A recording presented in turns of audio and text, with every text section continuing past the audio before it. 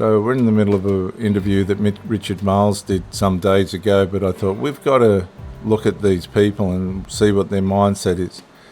You can see the man's deflated. It's kind of out of his reach, really. He is Deputy Prime Minister and Defence Minister, so he's got some clout, but unfortunately they're not looking at the fact that Islam's been going for millenniums, okay?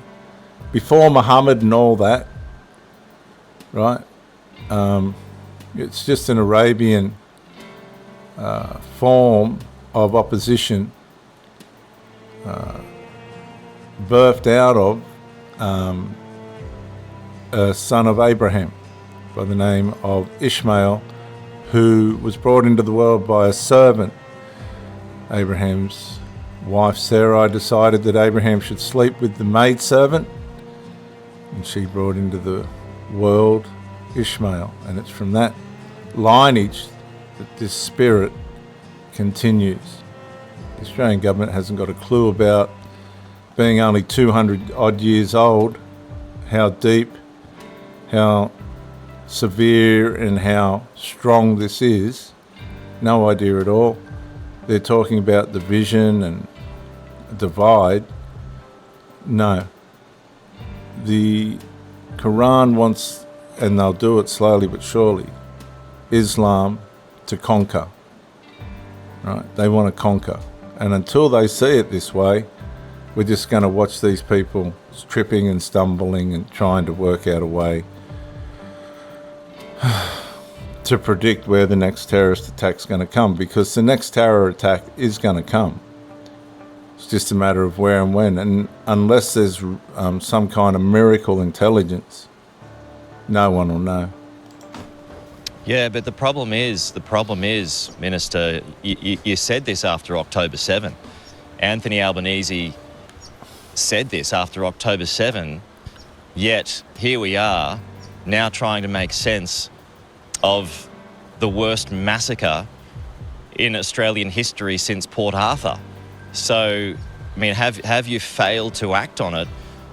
And this after Mike Burgess warned in February that anti-Semitism was the biggest threat facing Australia right now. That was months ago. Well, I come back to what I said, Pete. You know, we have taken steps, and I've gone through those, but I'm not here saying that the work is done. Far from it. It needs to continue to be done. Okay. And this is stamping out anti-Semitism is not going to happen in a week or a month. It is going to take a long time. The problem that they've got is anti-Semitism, or however they want to describe it, be it the German version or the Islamic version and the many other versions that there are, because there's multiple versions of anti-Semitism, and this is where they're hiding under the covers. They don't want to call Islamic Jihadism the specific problem here. Anti-Semitism just doesn't cut it, because anti-Semitism in all its different forms is a worldwide problem. We knew that this Islamic attack was going to take place because they allowed all the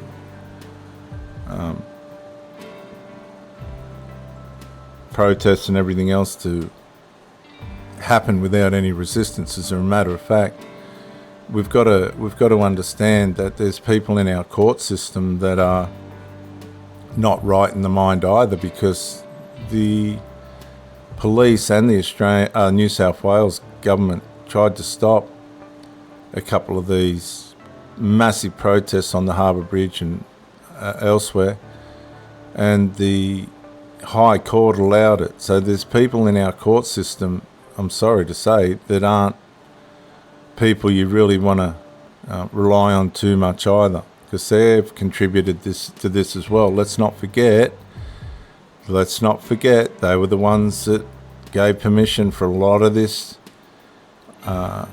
pro-Palestinian activity to take place over the last 2 years. It goes right through the justice system and everywhere. We're not safe as Australians. We're relatively safe, but we're not safe. I say to my partner, when you go out, just keep an eye out on what's going around you. I mean, you could be sitting on a train carriage and the next thing it's blown to bits. How are you going to know? You're not going to know. You're just going to get blown to bits, right? This is how it works. They haven't got an answer. They're not going to name the problem. They're just not. So how are they going to fix it? It's been going on for millenniums. The country's only 200 years old and they've already started the micro-incremental takeover. They don't care about division and all that. They don't care about that. They're divided from the start, the Muslims. Don't worry, there's a line drawn in the sand about who's Muslim and who's not. Right? That's you go to a Muslim country as a Christian or whatever and see how well you integrate. You ain't going there. You'll be warned not to go there. Right? Where we are a very kind and welcoming and united country. Right? But to underestimate the motive and purpose of Islam is completely dangerous and ignorant on behalf of this weak Australian government and all the Australian parts of the government. They've just, if they allow this to fester, which by the look of it they're going to, this is just one of what is going to be many events. There's rapes going on behind the scenes, there's murders, there's shootings and all the rest of it. And it's all related to a lot of this. But no, they've got no clue. I'll be honest. From what I'm seeing, they've just got no clue. But it is a project that all of us, and clearly government leads this, but it's a project that all of us must be embarked on to stamp out the scourge of anti-Semitism. And to also understand that, you know, to express one's culture, to celebrate it, is the most Australian thing that any of us can do. Well, that's a fair comment, and they're putting the onus on us to try and stamp out anti-Semitism. Well, I'll tell you right now, I have spoken to my Muslim friends who I respect, right, and am inquisitive about. I want to learn more about their mindsets. They're very intelligent, highly intelligent men, and they're good workers. They seem to have they know how to run businesses. But I'm not going down to the mosque. I'm not going to the mosque and going to ask them to stop anti-Semitism. That's these people's jobs, but they won't do it either. They're not going to go down the mosques and ask these people to, if you don't stop these terrorism attacks and change your narrative, your scriptural narrative, which they can't. This is the problem. They can't and they won't. They're not going to go down the mosques and confront the issue, which means the issue won't be solved. They are laughing at us. Right? They're laughing at us, just waiting for the next person to pop.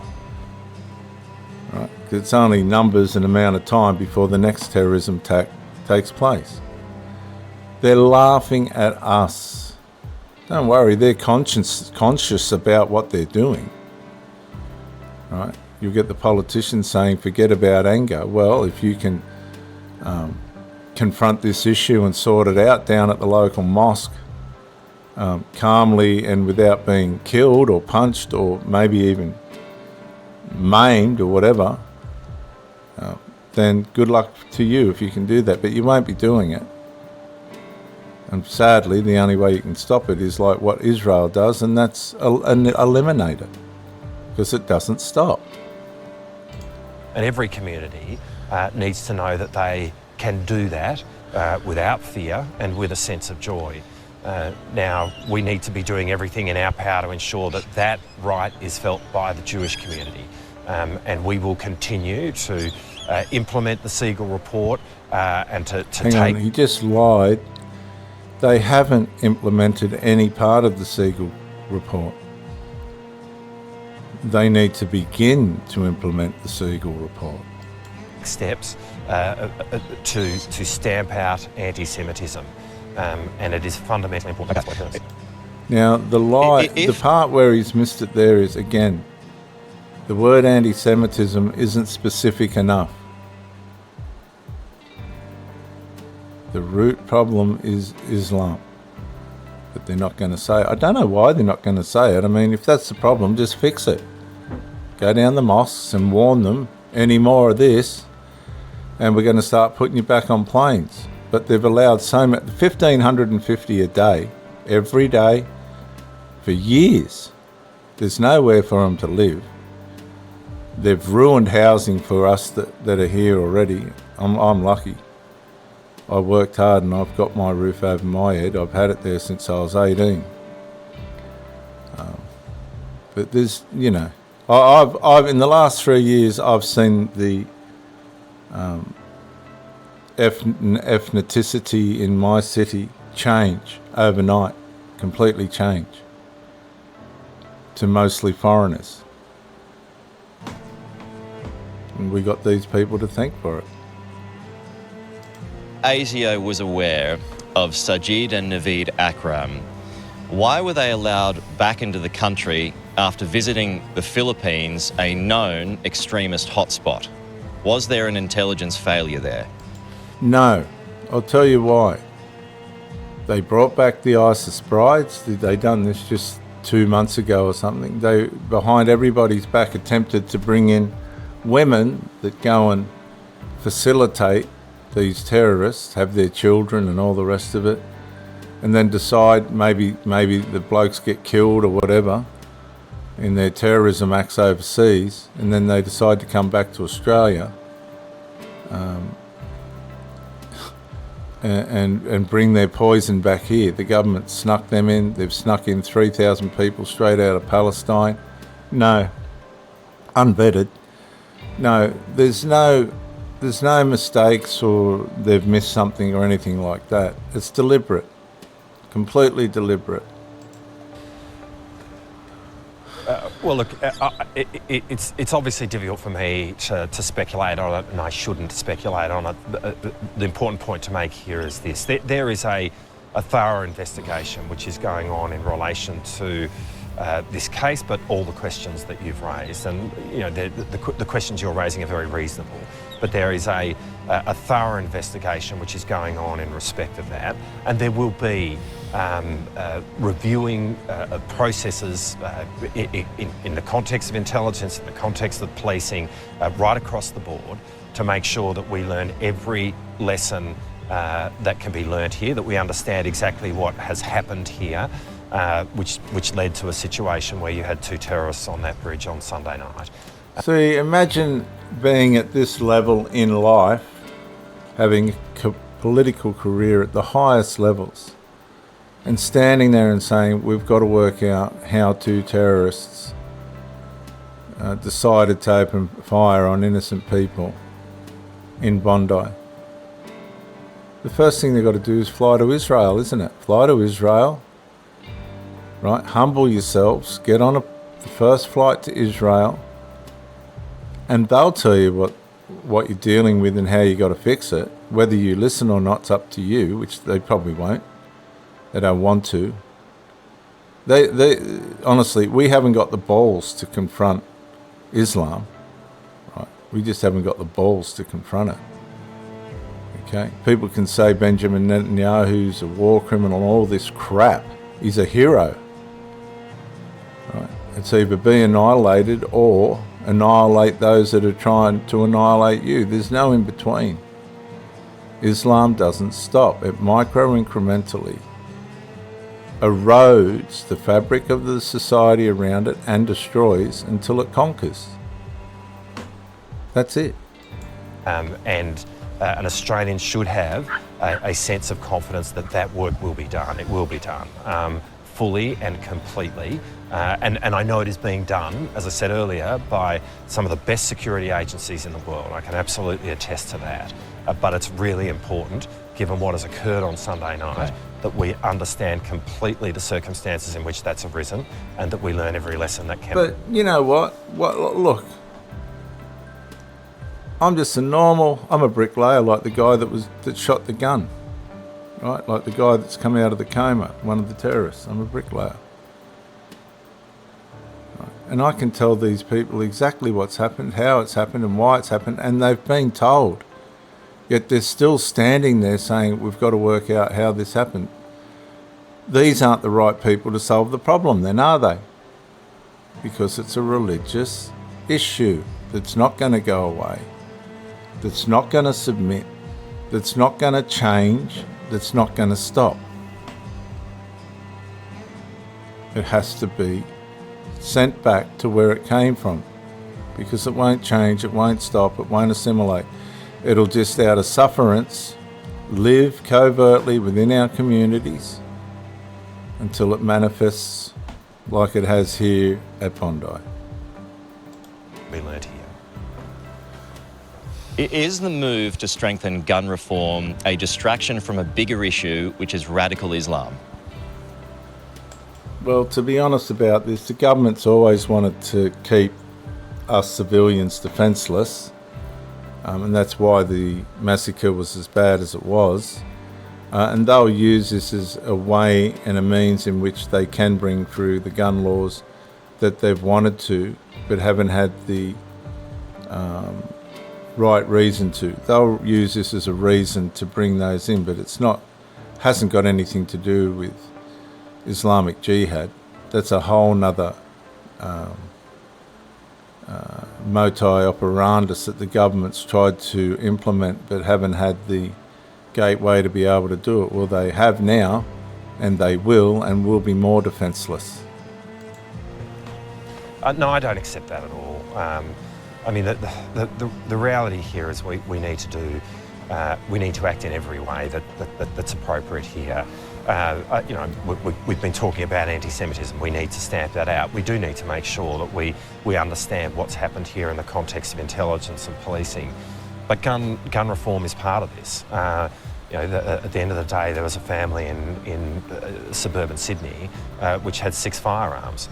I don't really understand how that can be the case, and that's why we need to be strengthening gun laws as well. It is part of it. It is not the totality of it, but it is an important step, and we will take that step as we will take every other.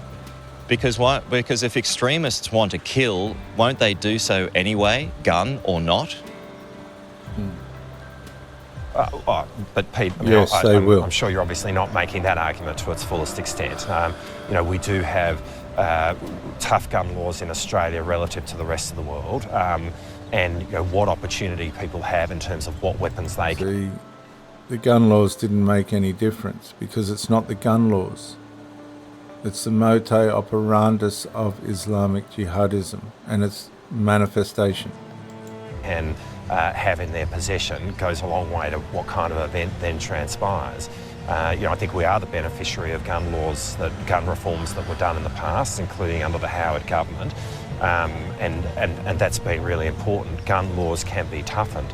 It is part of this, but no one's saying it's the totality of it. I'm not here saying that to you now, but we've got to do it all. And I think it's really important that in this moment Australians are coming together. Like all of these. No, hang on. Australians were always together.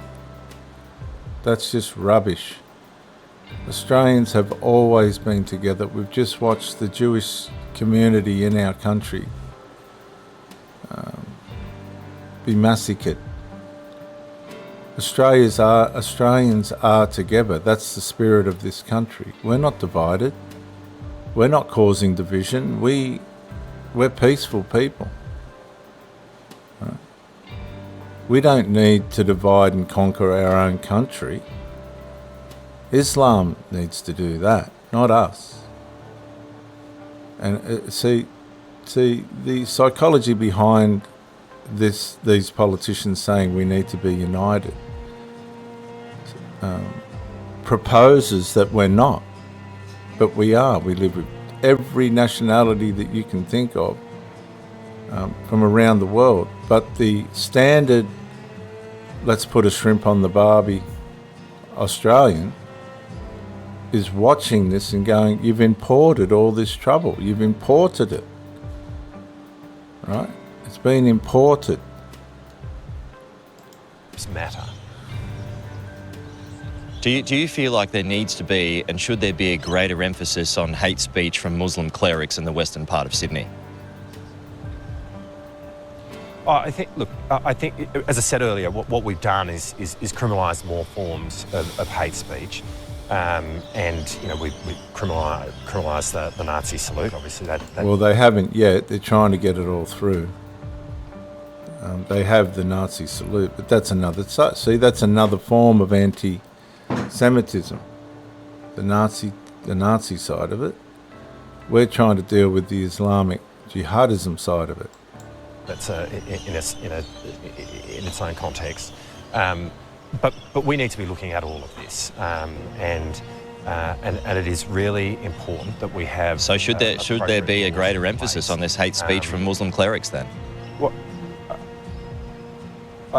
Well, the man, see, they just can't. It's the cognitive dissonance that runs through the Labor Party relative to their woke pro-Palestinian ideology. You can see the man's completely jammed up now. He's jammed. Every politician that's gotten to this point cannot cross the threshold. I don't want to... Here we go. We'll go through all of this. So the mask just slipped. Another politician's mask just slipped, and he can't be trusted. Size that we have done more in terms of criminalising hate speech than we have seen from any other government. But we need to look at all of this, and we need to make sure that we've got the right laws in place, and that we are doing everything we can to keep safe the vibrant multicultural society that we have. So, James Patterson, the Shadow Finance Minister, he has warned this morning that the Al Medina Islamic Centre needs to be shut down. He said he's been asking about this for years. Should it be shut down? Now, this Islamic Centre is a RITA, and I'm going to show you what that is. What is a RITA? RITA is a widely recognised English word, so it depends on the context. Here are the most common possibilities. It can be a name. Okay, it hasn't given us the right result. A lot of this stuff can be squashed by AI. Hang on. Okay, so the word's rabat. Rabat. You're probably thinking of Rabat. That fits perfectly. Rabat. A rabat is an Islamic fort or fortified monastery, right? Or mosque, especially in early Islamic history. It was often built on frontier areas. That's areas where the Islamic jihadism conquering cause was setting up or set up in the process of taking over or conquering. Used by soldiers who defended Islamic lands and took over the lands of enemies or peoples that they wanted to overtake. It's also a place of worship, study and discipline, right? Combined military and religious roles. Now, James Patterson knows that the place that they're talking about at the moment is a rabbit, right? It's a rabbit. A rabbit, it's a fort plus religious centre, so it combines military education and training with religious understanding and knowledge. All right, it's a frontier fort with the religious purpose that supports military outworkings. That's the word, rabat. Okay, are you doing your homework on Islam? I hope so. Let's just say that bit again. So, James Patterson, the Shadow Finance Minister, he has warned this morning that the Al Medina Islamic Centre needs to be shut down. He said he's been asking about this for years. Should it be shut down? Look, I'm not going to go into specifics of that kind. I think what we need to be doing right now is to they're doing the work of protecting our vibrant, accepting, diverse, multicultural society. And we've done more work on that previously, but we need to be ensuring that the laws that we have in place are there and can continue to do that work. And we'll be looking at all of that as we have been and as you have seen us act. But what's really important is that we take the time to get this right, and that we do everything in our power to make sure that we are stamping out all forms of bigotry, obviously, but that we are stamping out the scourge of anti-Semitism. Which in this case is radical Islamic jihadism. They all need to get on the next plane to Israel, humble themselves, and understand what the purpose and the goals of Islam ultimately are. I'm out, viewers.